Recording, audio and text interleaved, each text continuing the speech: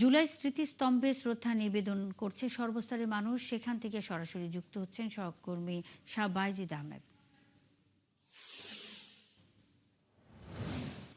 বাইজিদ, জুলাই শহীদদের শ্রদ্ধা জানাতে কারা কারা উপস্থিত হয়েছেন আজ রংপুরে, আর কি কি কর্মসূচি রয়েছে?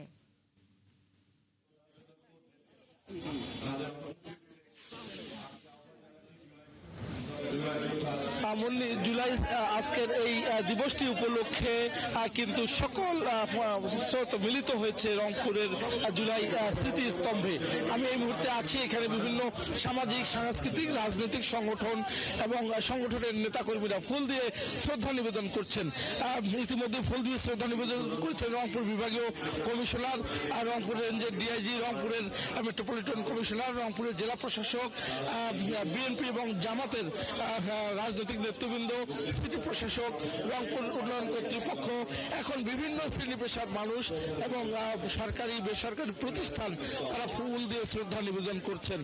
এই যে শ্রেষ্ঠ সন্তান যারা 5ই আগস্ট এই দেশকে তারা মুক্ত করেছেন, তাদেরকে শ্রদ্ধা ভরে স্মরণ করছেন। এবং আজকের এই দিনে বৃষ্টিস্নাত রংপুরে কিন্তু সকল মানুষ তারা এখানে মিলিত হয়েছে এবং এই জাতির শ্রেষ্ঠ সন্তানদেরকে তারা স্মরণ করছেন। এবং আজকের এই দিনটি উপলক্ষে জেলা প্রশাসন, বিভিন্ন সামাজিক সাংস্কৃতিক সংগঠন তারা নানা কর্মসূচি হাতে নিয়েছে। 10:30টায় আলোচনা সভা রয়েছে জেলা প্রশাসনের উদ্যোগে শিল্পকলা একাডেমিতে। এছাড়াও কিন্তু বিভিন্ন প্রতিষ্ঠান তারা আলোচনা সভা, র্যালি, চিত্রাঙ্কন প্রতিযোগিতা করছে। এবং বেগম রোকেয়া বিশ্ববিদ্যালয়ে র্যালি রয়েছে।